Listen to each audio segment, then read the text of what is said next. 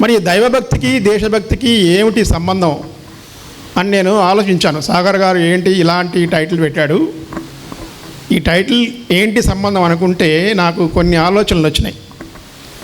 అది చివరిలో మనం మాట్లాడుకుందాము. ఏంటి దాని మధ్య ఉన్న సంబంధం, దానికి రాజ్యాంగానికి ఎటువంటి సంబంధం ఉంది, రాజ్యాంగం గురించి మనం తెలుసుకోవాల్సిన విషయాలు ఏంటి, అలాగే రాజ్యాంగంలో పొందుపరిచినటువంటి అంశాలు ఏమైతే ఉన్నాయో ఆ పొందుపరిచిన అంశాలకి ఇప్పుడు ఏర్పడుతున్నటువంటి విఘాతం కానీ, తద్వారా దాన్ని ఎదుర్కోవడానికి మనం తీసుకోవాల్సిన చర్యలు కానీ, దాని గురించి కూడా మనం మాట్లాడుకుందాం. ముఖ్యంగా ఈ రోజుల్లో మరి రాజ్యాంగం మీలో ఎంతమంది చదివారండి? ఒక్కసారన్నా చేతులు ఎత్తండి ఒక్కసారి. వెరీ గుడ్, చాలా తక్కువ మంది చదివారు. మరి ముఖ్యంగా మనం భారతదేశంలో పుట్టిన తర్వాత భారతదేశం ఏ చట్టం ప్రకారం నడిపించబడుతుందనేది మనకు తెలిసి ఉండాల్సిన అవసరం ఉంది. భారతదేశం నడిపించబడేది మన రాజ్యాంగంతో. రాజ్యాంగం యొక్క పీఠిక ఉంది, ఆ పీఠికలోనే ఉంటుంది మొత్తం స్ట్రక్చర్ అంతా కూడా. సో ఈ మధ్య కాలంలో చాలామంది ఏమంటున్నారంటే భారతదేశం సెక్యులర్ దేశమేనా? చెప్పండి మీరే, సెక్యులర్ దేశమేనా? కానీ ఈ మధ్య చాలామంది ఆర్గ్యుమెంట్ ఏం చేస్తున్నారంటే భారతదేశము సెక్యులర్ దేశం అనడానికి మొట్టమొదటగా రాజ్యాంగం రచించబడినప్పుడు అది రాజ్యాంగ పీఠికలో లేదు. తర్వాత ఎప్పుడో 1975లో ఎమర్జెన్సీ కాలంలో అప్పట్లో 42వ రాజ్యాంగ సవరణ ద్వారా సోషలిస్టు, సెక్యులర్ అనే పదాలు యాడ్ చేశారు. అందువల్ల మొదటి నుంచి మన రాజ్యాంగం సెక్యులర్ కాదు. అసలు అంబేద్కర్ గారికి కూడా సెక్యులర్ అని అంటే ఆయనకి ఇష్టం లేదు అనే ఒక ఆర్గ్యుమెంట్ మొదలుపెట్టారు. దాన్ని మనం ఇప్పుడు పరిశీలిద్దాం, అది ఎంతవరకు నిజం అనేది. అది ఎంతవరకు నిజం అంటే, సెక్యులరిజం అంటే ఏంటి? మతానికి, రాజ్యానికి అంటే స్టేట్ అంటే గవర్నమెంట్, దానికి మధ్య ఎటువంటి సంబంధం ఉండకూడదు. అంటే మత స్వేచ్ఛ అనేది ప్రతి పౌరుడికి ఇవ్వాలి. అంతేగాని రాజ్యాంగం తరపున ఫలానా దేశం ఇది ఓన్లీ హిందువుల దేశం, ఇది ఓన్లీ ముస్లిం దేశం అని అని మనం ప్రకటించుకోలేదు మన రాజ్యాంగంలో. రాజ్యాంగ పీఠిక ఒకసారి మనం చదివినట్లయితే కనుక దానిలో మనకి అర్థమవుతుంది. రాజ్యాంగ పీఠికలో ఏమనుందంటే, మనందరం ఇందాక బాలాగారు చెప్పారు, మనందరం మనకి ఇచ్చుకుంటున్నటువంటి రాజ్యాంగం ఇది. డాక్టర్ బిఆర్ అంబేద్కర్ గారు రచించారు. ఆయన రచించినప్పుడే సెక్యులర్ అనే పదం పెట్టాల్సిన అవసరం లేదు అని గుర్తించారు ప్రత్యేకంగా. ఎందువలనంటే రాజ్యాంగ పీఠికలో కానీ దాని తర్వాత రాజ్యాంగాల్లో పొందుపరచబడినటువంటి అనేక అంశాలైనటువంటి ప్రాథమిక హక్కులు కావచ్చు, ప్రాథమిక బాధ్యతలు కావచ్చు, ఫెడరల్ లెజిస్లేచర్స్ కావచ్చు, ఇండిపెండెన్స్ ఆఫ్ జ్యుడిషియరీ కావచ్చు, అలాగే సపరేషన్ ఆఫ్ పవర్స్ అంటే అధికారాల విభజన కావచ్చు, అలాగే మనకు ఏర్పరచుకున్నటువంటి ఇన్స్టిట్యూషన్స్ కావచ్చు, ఇవన్నీ కూడా రాజ్యాంగంలో ఉండబట్టి ఆ రాజ్యాంగంలో ఇవన్నీ మనం పెట్టుకున్నాం కాబట్టి ఇవన్నీ కూడా సెక్యులరిజాన్నే బోధిస్తున్నాయి. అంటే మనకి మొట్టమొదట మాట్లాడుకోవాల్సింది ఏంటంటే, రాజ్యాంగ పీఠికలో ఏమనుంది? Liberty of thought, faith, belief, expression. అంటే ఏంటి? ఆలోచించగలిగే స్వేచ్ఛ, దేన్నైనా మనం నమ్ముకునే స్వేచ్ఛ, ఫ్రీగా మన భావాలని వ్యక్తీకరించే స్వేచ్ఛ, మనకు కావాల్సినటువంటి విశ్వాసాలని నమ్ముతూ దాన్ని ప్రకటించుకునే స్వేచ్ఛ, ఇవన్నీ కూడా మనకి రాజ్యాంగ పీఠికలోనే కల్పించబడినాయి. అంతేకాకుండా దానికి అదనంగా మనకి ఫండమెంటల్ రైట్స్ అనే వాటిని రాజ్యాంగంలో పొందుపరిచారు. ఫండమెంటల్ రైట్స్ అంటే ఏమిటి? ప్రాథమిక హక్కులు. హక్కులు అంటే మనకి రాజ్యాంగం ద్వారా హక్కులు కల్పించబడినాయి. మరి హక్కులు కల్పించబడ్డం అంటే అర్థం ఏంటి? మనకి హక్కు ఉందని. దేనికైనా మనకి హక్కు ఉందంటే అర్థం ఏంటి? మన హక్కుకి భంగం కలిగినప్పుడు మనం రాజ్యాంగంలో ఇంకొక అధికరణ ఉంది 226 అని 32 అని. దాని ద్వారా కాన్స్టిట్యూషనల్ రెమెడీస్ అంటారు వాటిని. ఈ హక్కుల్ని సాధించుకునే మార్గం కూడా రాజ్యాంగమే కల్పించింది మనకి. ఒకవేళ మన ప్రాథమిక హక్కులు ఉన్నాయి. ఏమేమి హక్కులు ఉన్నాయి? ఆర్టికల్ 14లో ఒక హక్కు ఉంది, రైట్ టు ఈక్వాలిటీ అంటారు దాన్ని. అంటే సమానత్వ హక్కు. అంటే ఎందులో సమానత్వం? Equal protection of laws and equality before law. చట్టం ముందు అందరం సమానమే. అలాగే చట్టం అందరికీ సమానమైన రక్షణ కల్పించాలి అనేది రైట్ టు ఈక్వాలిటీ ఆర్టికల్ 14 ద్వారా ఉంది అది. అలాగే ఆర్టికల్ 15, అలాగే ఆర్టికల్ 16, ఆర్టికల్ 17, ఆర్టికల్ 18, 14 నుంచి 28, 30 వరకు ఫండమెంటల్ రైట్స్ ఉన్నాయి. మనం ముఖ్యంగా ఇవాళ చర్చించుకోవాల్సింది ఏంటంటే, ఇది రాజ్యాంగంలో ఇచ్చిన ప్రాథమిక హక్కుల్లో సెక్యులరిజం అనేది ఎక్కడ ఉంది అని అంటున్నారు కదా. అది ఎక్కడ ఉంది? ఆర్టికల్ 25లో ఉంది. ఆర్టికల్ 25లో ఏముంది? Right of conscience, right to practice, profess, propagate your religion. అంటే మీరు కాన్షియన్స్ అంటే ఏంటి? మనస్సాక్షి. ఆల్రెడీ మనం చెప్పుకున్నాం రాజ్యాంగ పీఠికలో మనకి ఒక స్వేచ్ఛ ఉంది. స్వేచ్ఛ ఏం స్వేచ్ఛ? అది Liberty of belief, Liberty of faith, Liberty of expression, Liberty of thought. ఇవన్నీ ఉన్నాయి లిబర్టీస్. ఆ లిబర్టీస్ ప్రకారం అనుగుణంగా ఇవాళ ప్రాథమిక హక్కులు 25లో ఏమని ఇచ్చారంటే, మీరు ఏది మంచిదని నమ్ముతారో, ఎవరు మంచివాళ్ళని నమ్ముతారో, ఎవరిని మీరు విశ్వసిస్తారో మీ మనస్సాక్షిగా దాన్ని నమ్మే హక్కు మీకుంది. అలాగే మీరు ఏ మతాన్ని అయితే విశ్వసిస్తారో దాన్ని ప్రాక్టీస్ ఆచరించే హక్కు, ప్రొఫెస్ ప్రచారం చేసే హక్కు మీకు ఉన్నాయి అని చెప్పి రాజ్యాంగం చెప్తా ఉంది. అంటే అర్థం ఏంటి? ఈ హక్కుల్ని సాధించుకోవడానికి కూడా రాజ్యాంగం మనకి అవకాశం కల్పించింది. ఇది కేవలం పేపర్ మీద రాయబడిన హక్కులు కాదు. హక్కులు అందరు భారతీయులకి ఎటువంటి తేడా లేకుండా, అంటే కులం కానీ, మతం కానీ, ప్రాంతీయం కానీ, సెక్స్ కానీ, రిలీజియన్ కానీ ఎవరైనా కావచ్చు, వాళ్ళందరికీ కూడా ఈక్వల్గా ఈ హక్కులు ఉన్నాయి.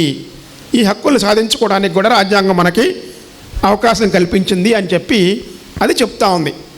25లో అలా ఉంది. 26లో మనం ఇష్టం వచ్చినట్లు మనకి కాకుండా పబ్లిక్ ఆర్డర్, అంటే హక్కులు ఇచ్చినప్పుడు హక్కుల మీద కొన్ని రీజనబుల్ రెస్ట్రిక్షన్స్ కూడా పెట్టారు.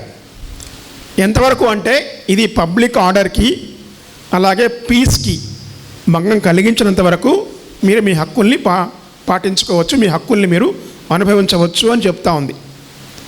భంగం కలగటం అంటే ఏంటి? పబ్లిక్ ఆర్డర్ అంటే ప్రజాశాంతి కానీ, శాంతికి భంగం కలిగించకుండా, ఇతరుల హక్కులకి భంగం కలిగించకుండా ఉన్నంత వరకు మనం ఆ హక్కుల్ని అనుభవించే పూర్తి స్వేచ్ఛ మనకి రాజ్యాంగం కల్పిస్తూ ఉంది.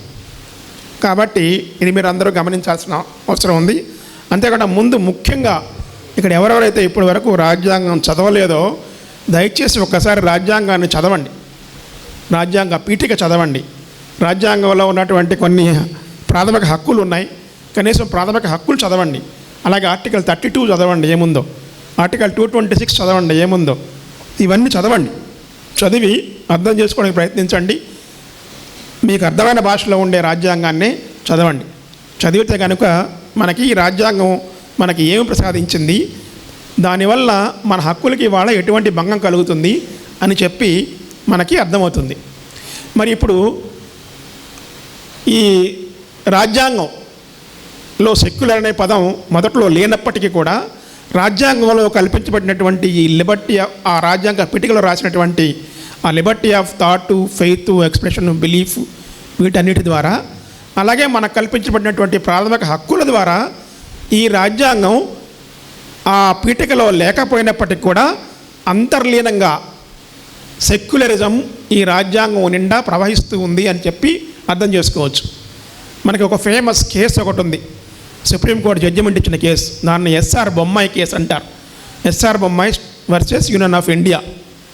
ఆ కేసులో ఏమని జడ్జిమెంట్ ఇచ్చారంటే, సెక్యులరిజం అంటే లౌకికవాదం అనేది రాజ్యాంగంలో అంతర్లీనంగా ఉంది. అన్ని ఆర్టికల్స్లోనూ అంతర్లీనంగా ఇది ప్రవహిస్తూ ఉంటుంది.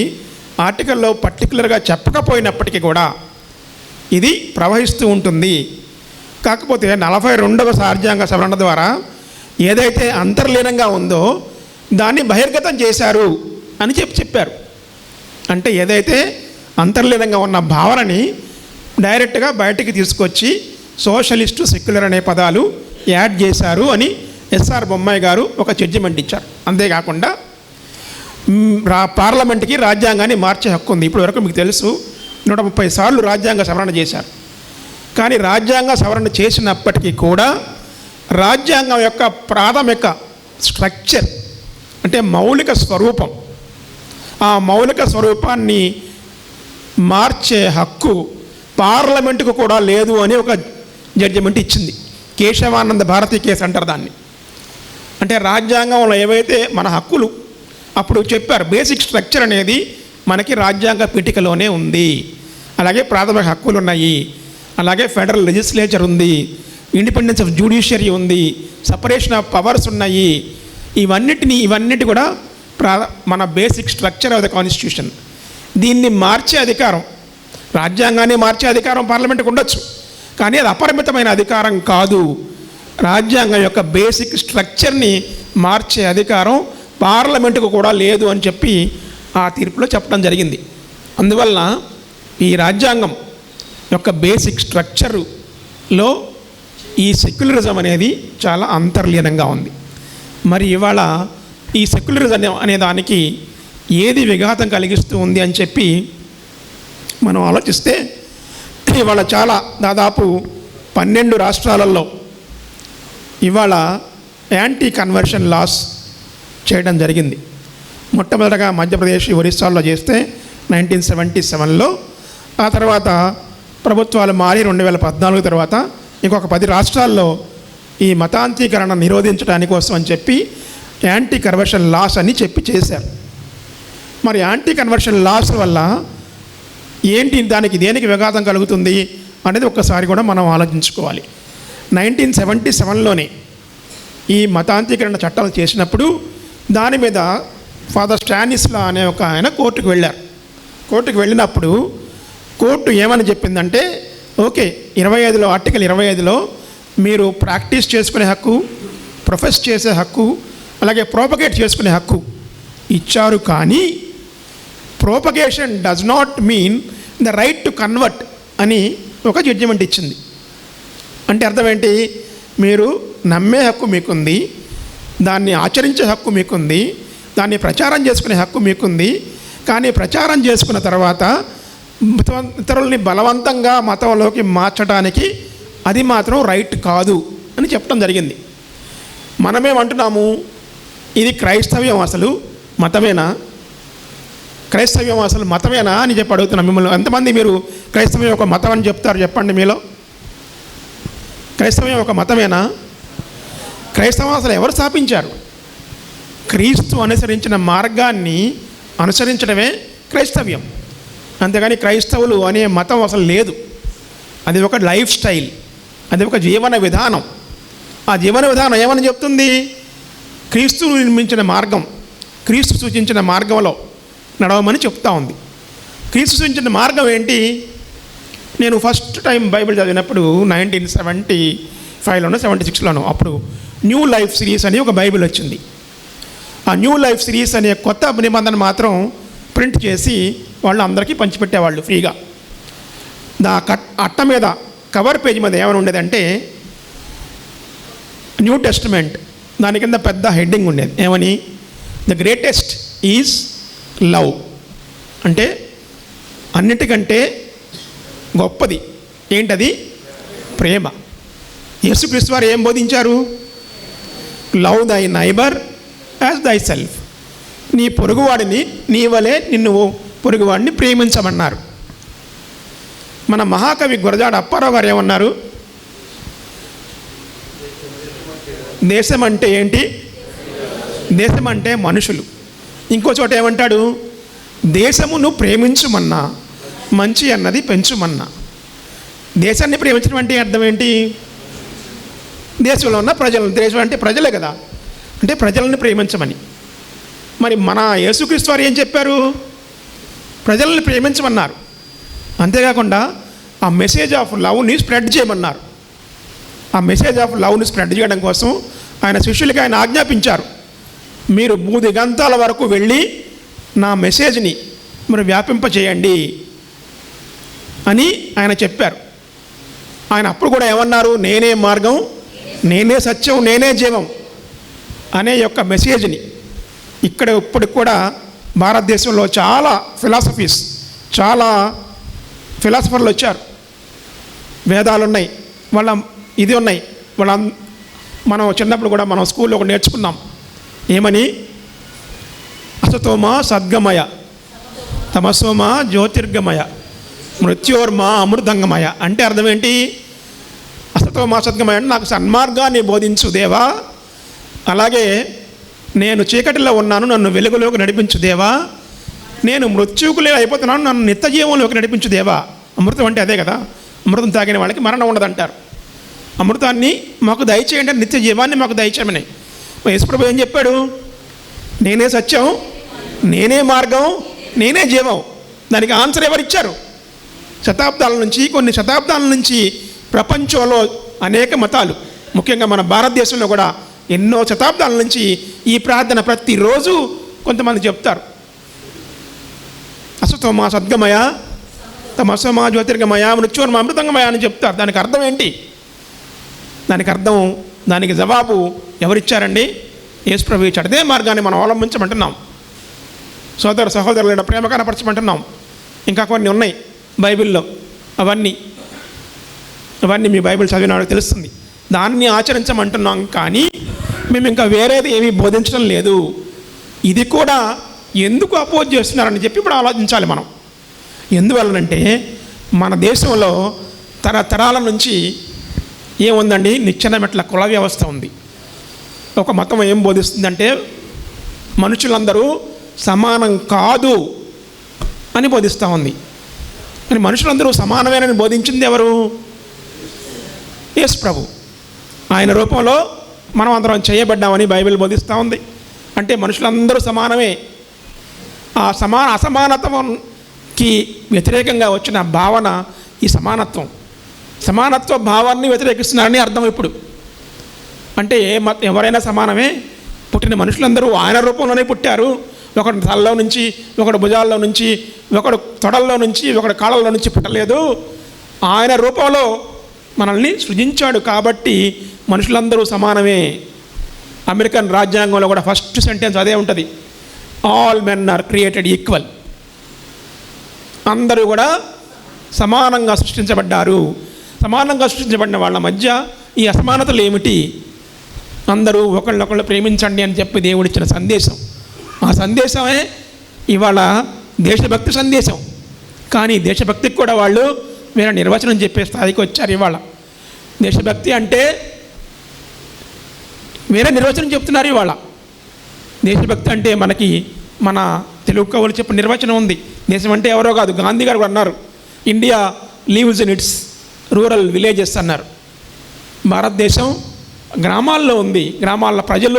గ్రామాల్లో ఉన్న ప్రజలు భారతదేశానికి నిజమైన పట్టుకొమ్మలు.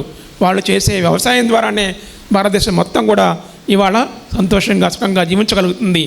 కాబట్టి భారతదేశంలో శాంతి సౌభాగ్యాలు వెల్లివిరియాలంటే ప్రజలందరి మధ్య శాంతి సౌభాగ్యాలు ఉండాలి, ప్రేమ ఉండాలి.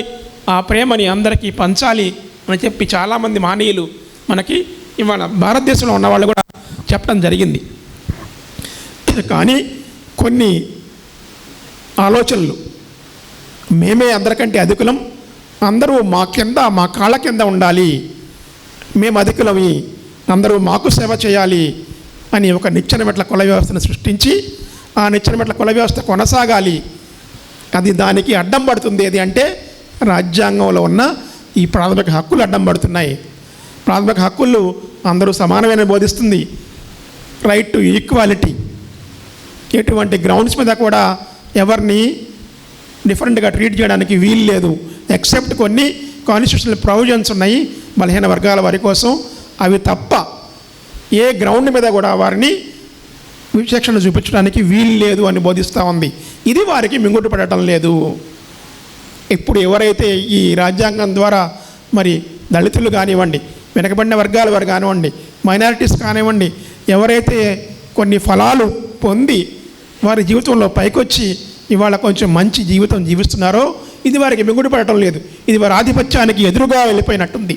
కాబట్టి వారందరూ కూడా ఒక సమూహంగా ఏర్పడి ఇవాళ ఈ రాజ్యాంగాన్ని మార్చేయాలి, రాజ్యాంగంలో సెక్యులరిజం అసలు లేదు, సెక్యులర్గా ఉండకూడదు, ఇది మెజారిటీ పరమైన దేశం కాబట్టి ఈ రాజ్యాంగాన్ని మార్చేయాలని చెప్పి ఒక ఆర్గ్యుమెంట్ తీసుకొస్తూ ఉన్నారు. మరి దాని ద్వారానే ఇవాళ మతాంతీకరణ చట్టాలు, అంతేకాకుండా ఎక్కడైనా సరే మరి ప్రార్థన జరుపుకుంటే కూడా దాని మీద దాడి చేస్తున్నారు. యూపీలో కానివ్వండి, మధ్యప్రదేశ్లో కానివ్వండి, ఒరిస్సాలో కానివ్వండి, ఛత్తీస్గఢ్లో కానివ్వండి, రాజస్థాన్లో కానివ్వండి, ఎక్కడైనా చాలా చోట్ల మనకి ఇన్సిడెంట్ రిపీట్ అవుతూ ఉన్నాయి. మన దాకా రాలేదని చెప్పి మనం లాస్ట్ ఇయర్ అన్నాను నేను, మన దాకా రాలేదని చెప్పి మనం చాలా సంతోషపడుతున్నాం. కానీ మన దాకా వచ్చే రోజు కూడా దగ్గరలో ఉందని చెప్పి లాస్ట్ ఇయర్ కూడా నేను చాలా సభల్లో చెప్పాను, వచ్చేసింది మన దాకా కూడా. ఇవాళ మీరు చూస్తే భారతదేశంలో ఉన్న విలేజెస్లో కూడా ఇవాళ జరుగుతూ ఉంది. అనంతపూర్లో కుర్రేడు అనే ఒక గ్రామం దగ్గర బస్సు మీద దాడి చేసి కొట్టారు వాళ్ళని. ధర్మవరం అనే పట్టణంలో 2 చర్చిల మీద దాడి చేశారు. ఈస్ట్ గోదావరిలో గొల్లపురంలో చర్చికి ఆర్డీఓన ఆర్డర్ ఇచ్చాడు జరపకూడదని చెప్పి. మీ వెస్ట్ గోదావరి జిల్లాలోనే ఉండి దగ్గర కూడా చాలా చర్చిలు మూసేస్తున్నారని చెప్పి తెలిసిపోయింది. ఇవన్నీ కూడా ఇవాళ ఒక్కొక్కటిగా జరుగుతూ ఉన్నాయి. మరి వీటన్నిటినీ మనం ఎదుర్కోవాల్సిన అవసరం ఉంది. రాజ్యాంగాన్ని ప్రతి వారు పాటించాలి. రాజ్యాంగంలో మనకి ఇచ్చిన స్వేచ్ఛని అనుభవించే హక్కు మనకుంది. కాబట్టి రాజ్యాంగంలో కొన్ని ఈ హక్కుల్ని పరిరక్షించుకోవడానికి కొన్ని హక్కులు మనకి ఇవ్వబడ్డాయి. దాని ద్వారా ఇదివరకు ఐపీసీ అనేవాళ్ళు, ఇండియన్ పీనల్ కోడ్ అనేవాళ్ళు, అలాగే క్రిమినల్ ప్రొసీజర్ కోడ్ అనేవాళ్ళు, వాటిని ఇప్పుడు బిఎన్ఎస్ఎస్ అని మార్చారు. వాటిలో ఉన్న సెక్షన్స్ ఏమిటి అనేది కూడా మనం తెలుసుకోవాల్సిన అవసరం ఉంది. ఎందుకంటే దానికంటే ముఖ్యంగా నేను చెప్పబోయేది ఏంటంటే 8:45 వరకు కదా నా టైము, ఇంకో 5 minutes టైం ఉంది, చెప్తాను నేను. ముఖ్యంగా ఇవాళ చాలా చర్చిలు వచ్చినాయి. నార్త్ ఇండియాలో కనుక మీరు చూస్తే ముస్లిం పాపులేషన్ ఎక్కువ ఉంటుంది, తెలంగాణలో కూడా ముస్లిం పాపులేషన్ ఎక్కువ ఉంటుంది. అందువల్ల ముస్లిమ్స్ మీద అక్కడ ఎక్కువగా పోలరైజేషన్ జరుగుతుంది, వాళ్ళ మీద వ్యతిరేకంగా ప్రచారం జరుగుతుంది. ఆంధ్రప్రదేశ్కి వచ్చేంత వరకు క్రైస్తవుల పాపులేషన్ ఎక్కువ ఉంది. జనాభాలో దాదాపు 20% మంది ఇవాళ దళితులు ఉన్నారు. అంటే 5 కోట్ల మందిలో 1 కోటి మందికి పైగా ఉన్నారు.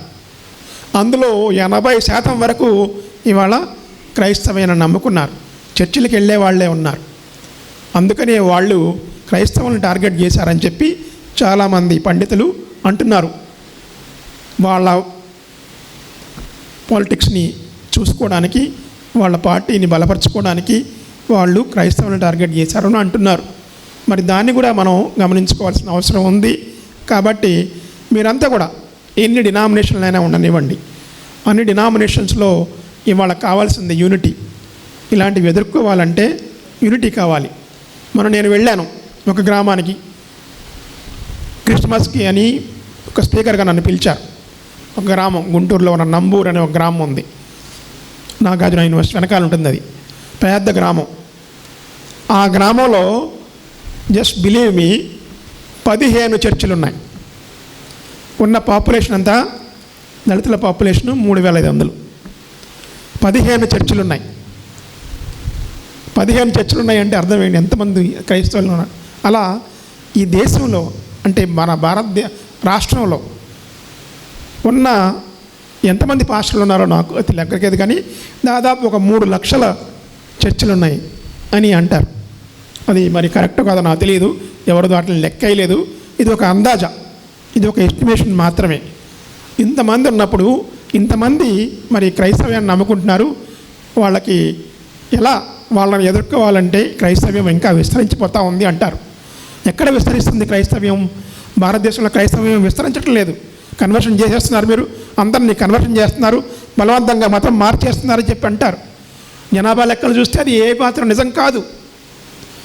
1951 సెన్సస్లో క్రైస్తవులు భారతదేశ జనాభాలో 2.4% ఉన్నారు. తర్వాత ప్రతి 10 ఏళ్లకి జనాభా లెక్కలు జరుగుతూనే వచ్చాయి. లాస్ట్ జనాభా లెక్కలు 2011లో జరిగాయి. 2011లో క్రైస్తవుల జనాభా శాతం ఎంతో తెలుసా? 2.3%. 1951లో 2.4% ఉంటే జనాభాలో ఇవాళ 2.3% మాత్రమే ఉన్నారు. అంటే ఏంటి? కన్వర్షన్స్ బాగా జరిగిపోయినాయా? బలవంతంగా ఎవరన్నా కన్వర్షన్స్ చేశారా? అంత కన్వర్షన్స్ జరిగి ఉంటే మరి ఇవాళ ఆ కన్వర్షన్ జరిగి ఉంటే కనుక క్రైస్తవుల జనాభా శాతం 10% అయి ఉండాలి కదా, 15% అయి ఉండాలి కదా. మరి ఎందుకు అవ్వలేదు? అది మనం ఆలోచించాల్సిన అవసరం ఉంది. వాళ్ళ ఆర్గ్యుమెంట్ని తిప్పికొట్టాల్సిన అవసరం ఉంది. చూడండి బాబు, మీరు చేసిన జనాభా లెక్కలే, ప్రభుత్వం వారు చేసిన జనాభా లెక్కల ప్రకారమే మరి క్రైస్తవుల శాతం ఏమాత్రం పెరగలేదు. అంటే బలవంతపు మతాంతీకరణ అనేది, బలవంతంగా మతం మార్చడం అనేది ఎక్కడ జరగడం లేదు. ఎవరైతే మనస్ఫూర్తిగా నమ్ముకుంటారో వాళ్ళకి మాత్రమే మేము సువార్త బోధిస్తాము, అంతేగాని మా పని మాత్రం మతం మార్చడం కాదు అని మనం చెప్పగలగాలి. మనం బోధిస్తున్న ఒక మార్గాన్ని, ఆ మార్గాన్ని నమ్మి అనుసరించాలని అభిలాష ఉన్న వాళ్ళు మరి ఇవాళ మనతో పాటు రావచ్చు, చర్చికి రావచ్చు. చర్చి ద్వారాలు ఎప్పుడు తెరిచే ఉంటాయి. ఇవేమి వేరే వాళ్ళ గుళ్ళ ద్వారాలు కాదు. మీరు అంటరాని వాళ్ళు మీరు రావడానికి వీలు లేదు, అనడానికి లేదు. అందరికీ చర్చి ద్వారాలు తెరిచే ఉంటాయి. కాబట్టి మరి మనం కూడా ఇవాళ అందరూ కూడా ఫస్ట్ ఏం చేయాలంటే అందరూ అన్ని డినామినేషన్ల వారు ఏరియా వైజ్ యునైట్ అయిపోవాలి. యునైటెడ్గా కలుసుకుంటూ ఉండాలి. యునైటెడ్ పాస్టర్స్ ఫెలోషిప్ అనో, యునైటెడ్ చర్చెస్ ఫెలోషిప్ అనో ఇలాంటివి స్టార్ట్ చేసుకొని తరచుగా కలుస్తూ ఉండాలి. అంతేకాకుండా నెట్వర్కింగ్ చేసుకోవాలి.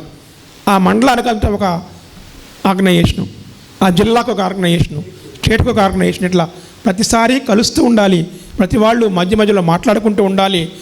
ఏమన్నా ఉన్నాయా మీకు అని, ఏం సమస్యలు ఉన్నాయా ఆ సమస్యల్ని సాల్వ్ చేయడానికి ట్రై చేయాలి. అంతేగాని ఒక చర్చి అంటే ఇంకో చర్చికి పడకుండా ఉండకూడదు. ఇవాళ చూస్తున్న పరిస్థితి అదే ఉంది మనకి. చర్చిలు 14 ఉంటే ఆ ఊరిలో ఒకళ్ళంటే ఒకళ్ళకి పడదంట. మరి అట్లా ఆ విభేదాలని వాళ్ళు చూసుకొని వాళ్ళు దాడి చేయడానికి ప్రయత్నం చేస్తారు. కాబట్టి యూనిటీ ఉన్నప్పుడు దాడి చేయడానికి కూడా అంత సాహసించరు. అంతేకాకుండా హిందువులంతా మతోన్మాదులు కాదు. ఈ దేశంలో ఉన్న వాళ్ళంతా మతోన్మాదులు కాదు. కొంతమంది మాత్రమే మార్గం తప్పిపోయిన వాళ్ళు ఉన్నారు. చాలామంది సెక్యులరిజం అంటే మంచి బిలీఫ్ ఉన్న వాళ్ళు ఉన్నారు. ఈ దేశం అందరిది, ఈ దేశంలో అందరూ కలిసి జీవించే హక్కు అందరికీ ఉందని చెప్పి నమ్మేవాళ్ళు చాలామంది ఉన్నారు. అలాంటి వాళ్ళని మనం కూడగట్టుకోవాలి. అలాంటి వాళ్ళతో మనం నెట్వర్కింగ్ చేయాలి. అలాగే ఎన్జిఓస్ ఉన్నాయి, మన కోసం పనిచేసే ఎన్జిఓస్ ఉన్నాయి. అలాగే మానవ హక్కుల కార్యకర్తలు ఉన్నారు, లాయర్స్ ఉన్నారు. వీళ్ళందరినీ కూడా మనం కలుపుకోవాలి, వాళ్ళని సంప్రదించాలి. ఎప్పుడన్నా ఏమైనా జరిగితే మనం ఏమిటి చర్యలు తీసుకోవాలని చెప్పి వాళ్ళని సంప్రదించాల్సిన అవసరం ఉంది. కాబట్టి నెట్వర్కింగ్ చేసుకోవడం, అలాగే ఏమైనా జరిగినప్పుడు ఎలాంటి చర్యలు తీసుకోవాలనేది ముందుగానే తెలుసుకోవడం. ఉదాహరణకి నేను ఇప్పుడు బిఎన్ఎస్లో వచ్చిన కొన్ని ప్రొవిజన్స్ మీకు చెప్తాను. సెక్షన్ 295 ఐపీసీలో ఉండేది, దాన్ని ఇప్పుడు బిఎన్ఎస్ సెక్షన్ 298 అంటున్నారు. దీని ప్రకారం injuring or defiling a place of worship or sacred object with the intention of insulting a religion. అంటే చర్చి మీదకి వెళ్ళి దాడి చేసి ఇంటెన్షన్ తోటి చర్చిని ధ్వంసం చేయడం, అలాగే అక్కడున్న సిలువల్ని పగలగొట్టడం, కుర్చీలు పగలగొట్టడం, పల్పిట్ పగలగొట్టడం, ఇలాంటివన్నీ కూడా దీని కిందకు వస్తాయి, ఈ సెక్షన్ కిందకి. ఇమీడియట్గా ఈ సెక్షన్ కింద మనకు కేసు పెట్టే అధికారం ఉంది. దీనికి పనిష్మెంట్ అప్ టు 2 years ఉంటుంది. అలాగే బిఎన్ఎస్ సెక్షన్ 299 కింద deliberate and malicious acts intended to outrage religious feelings of any class by words spoken, written, signs or visible representations. ఏదైనా ఒక రిలీజన్, ఇక్కడ క్రిస్టియానిటీ అని చెప్పట్లేదు ప్రత్యేకంగా.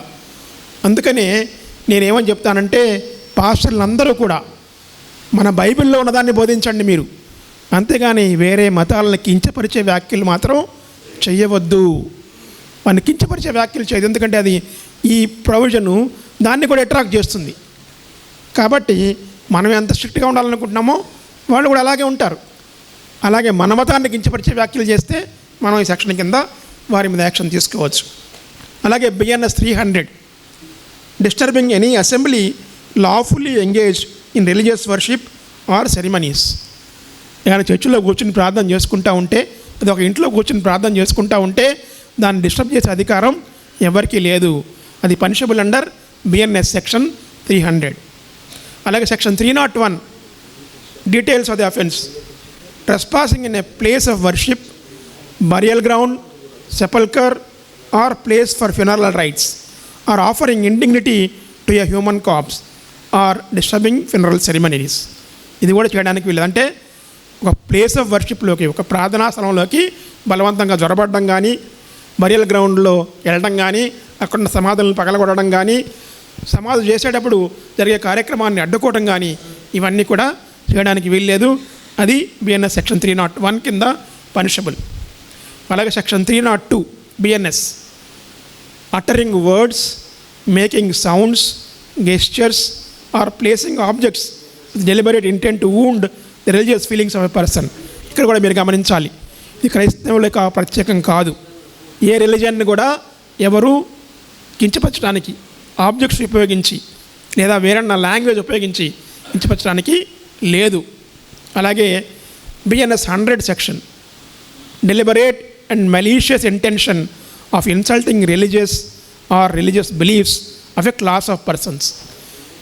ఇక్కడ కూడా క్రిస్టియానిటీ గురించి కాదు ఇది. అంటే క్రిస్టియానిటీ మనం కూడా వాడుకోవచ్చు, కానీ వేరే రిలీజన్ వాడుకోవచ్చు. క్రిస్టియన్కి సపరేట్గా అంటూ ఏం లేదు.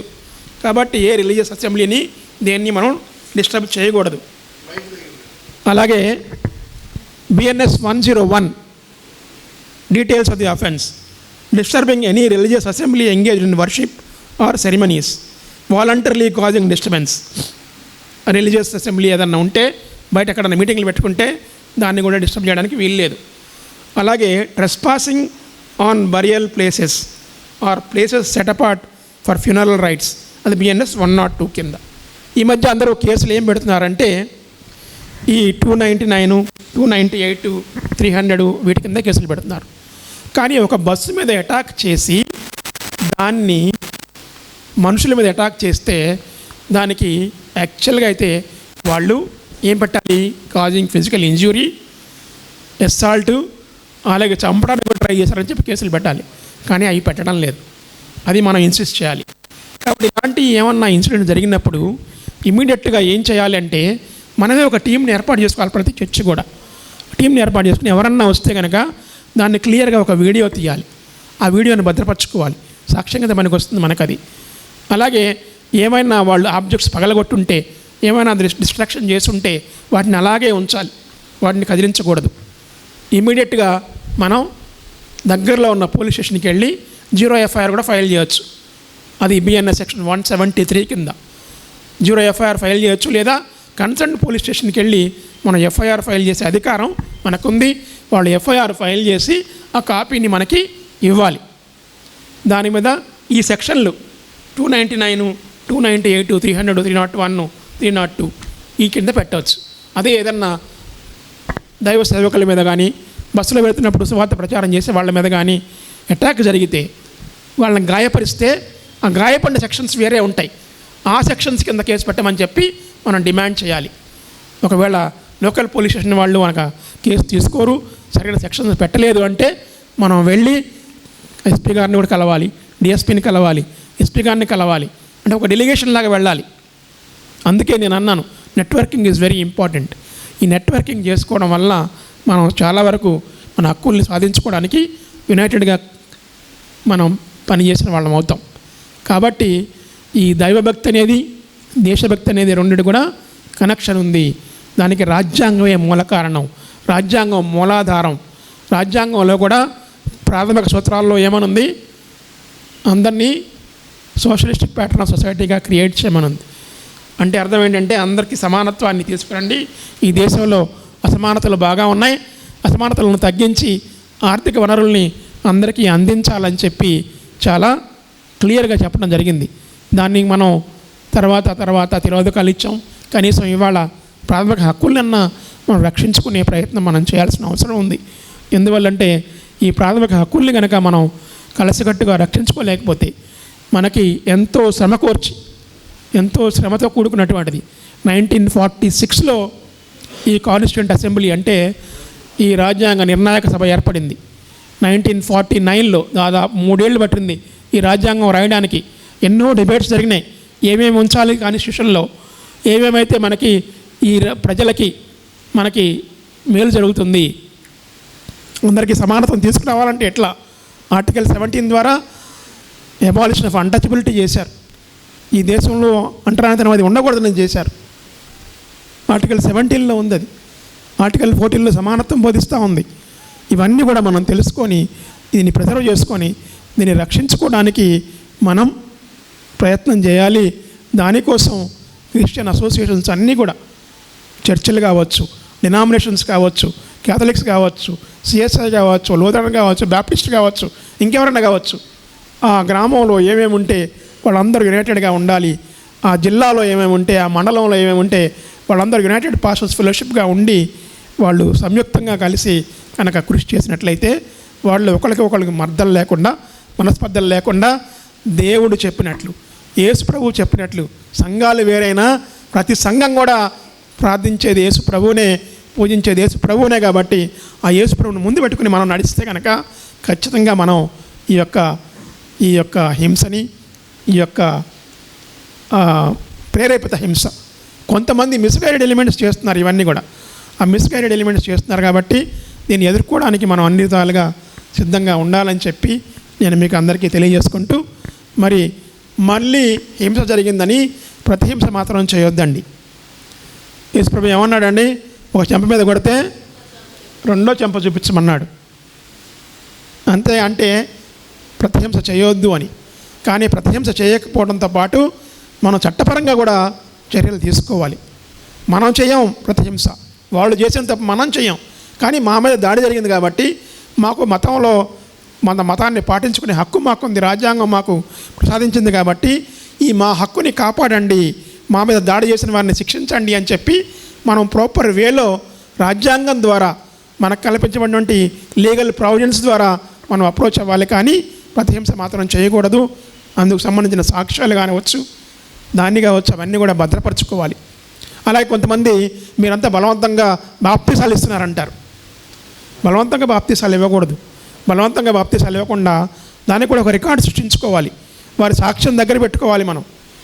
ఆ బలవంతపు సాక్ష్యం అంటే వాళ్ళు నేను నా మనసుకు నచ్చి నేను పూర్తిగా విశ్వసిస్తున్నాను కాబట్టి నేను బాప్తిసం తీసుకోవడానికి అంగీకరిస్తున్నానని చెప్పి వాళ్ళ వీడియో సాక్ష్యం దగ్గర పెట్టుకోండి. ఆ రికార్డ్స్ దగ్గర పెట్టుకోండి. ప్రింటెడ్ ప్రొఫార్మా ఉంటుంది, ఆ ప్రొఫార్మాలో వారి సంతకం తీసుకోండి. అవన్నీ మీరు దగ్గర పెట్టుకోండి. అంతేగాని ఎవరన్నా వచ్చి బలవంతంగా చేస్తున్నారంటే, ఇవాళ యూపీలో కానీ వేరే చోట్ల చూస్తే ఇంట్లో కూడా కూర్చొని ప్రార్థన చేసుకుంటుంటే వాళ్ళ మీదకి వెళ్ళి దాడి చేస్తున్నారు, మీరు మతాంతీకరణ చేస్తున్నారని చెప్పి. అందువల్ల మన రాష్ట్రంలో ఇంకా అటువంటి పరిస్థితులు రాలేదు. కానీ దానికి సంబంధించినటువంటి ప్రతి రికార్డు మీ దగ్గర ఉండాలి. చర్చ్ మెంబర్స్ రికార్డు ఉండాలి, చర్చ్కి ఎవరెవరు వస్తున్నారనేది ఉండాలి. చర్చిలో ఎవరన్నా బాప్తిసం తీసుకుంటానంటే వాళ్ళ దగ్గర అప్లికేషన్ తీసుకోవాలి. ఫస్ట్ వాళ్ళ వీడియో సాక్ష్యాన్ని రికార్డ్ చేసి మన దగ్గర పెట్టుకోవాలి. వాళ్ళకి సంబంధించిన డాక్యుమెంట్స్ అన్నీ మన దగ్గర పెట్టుకోవాలి. అవన్నీ మన దగ్గర జాగ్రత్తగా భద్రంగా ఉంచుకోవాలి. అంతేకాకుండా అటాక్ జరుగుతుంటే కనుక అటాక్ జరిగినప్పుడు వీడియో సాక్ష్యం తీయాలి, అది కూడా భద్రంగా పెట్టుకోవాలి. ఈ సాక్ష్యాలన్నీ కూడా ఇప్పుడున్న బిఎన్ఎస్ఎస్ ప్రకారం వీడియో ఆడియో సాక్ష్యాలు కూడా వ్యాలిడ్ కాబట్టి ఇవి మనం భద్రపరచుకొని వాటి గురించి కూడా మనం అందరు పాస్టర్లకు కూడా తెలియజెప్పాల్సిన అవసరం ఉంది. అంతేకాకుండా పాస్టర్లే కాదు, ఇవాళ సంఘంలో ఉన్నవాళ్ళు, సంఘ కాపురులే కాకుండా సంఘ సభ్యులు, సంఘ పెద్దలు కూడా రెండు మీద చర్చించుకొని దీనికి సిద్ధంగా ఉండాలని చెప్పి మీకు అందరికీ తెలియజేసుకుంటూ, రాబోయే రోజుల్లో మరింత గడ్డు రోజులు రావచ్చు, మనం చెప్పలేం. మన దీని ప్రకారం అయితే మరి వస్తాయి, శ్రమలు వస్తాయి. శ్రమలను తట్టుకొని నిలబడేవాళ్ళు పాస్టర్లు, సంఘ సభ్యులు, సంఘ కాపర్లు, సంఘ సభ్యులు, సంఘ పెద్దలు, దేవుణ్ణి నమ్ముకున్న వాళ్ళందరూ కూడా మరి దీన్ని మనం చక్కగా ఎదుర్కొని మన వేరే వాళ్ళు ఎవరైతే ఈ మిస్గైడ్ చేయబడలేదో, ఎవరైతే ఇంకా సెక్యులరిజంలో బిలీఫ్ ఉందో వాళ్ళని కూడా మనం కలుపుకొని, వాళ్ళు వేరే మతం వాళ్ళైనప్పటికీ కూడా వాళ్ళని కూడా మనం కలుపుకొని పోవాలని చెప్పి మీకు అందరికీ తెలియజేసుకుంటూ, రాజ్యాంగాన్ని ఒక్కసారి కలిసి చదవండి, రాజ్యాంగ పీఠిక చదవండి, రాజ్యాంగంలో ప్రాథమిక హక్కులు చదవండి, ప్రాథమిక బాధ్యతలు చదవండి, కొన్ని ఆర్టికల్స్ ఇంపార్టెంట్గా ఉన్నాయి అవి చదవండి, కొన్ని అర్థం చేసుకోండి, అర్థం చేసుకొని మీ హక్కుల్ని మీరు కాపాడుకోవాలని చెప్పి మీకు అందరికీ తెలియజేసుకుంటూ, మరి నాకు ఈరోజు ఈ అవకాశం వచ్చినందుకు మరి బిషప్ శాంతిసాగర్ గారికి అలాగే మిగిలిన పెద్దలందరికీ కూడా ధన్యవాదాలు తెలియజేస్తూ, ఆ దేవునికి ఇక్కడికి వరకు రావడానికి మీతో మాట్లాడడానికి అవకాశం ఇచ్చినందుకు ఆ దేవునికి కూడా కృతజ్ఞతాస్తుతులు చెల్లించుకుంటూ సెలవు తీసుకుంటున్నాను. Praise the lord.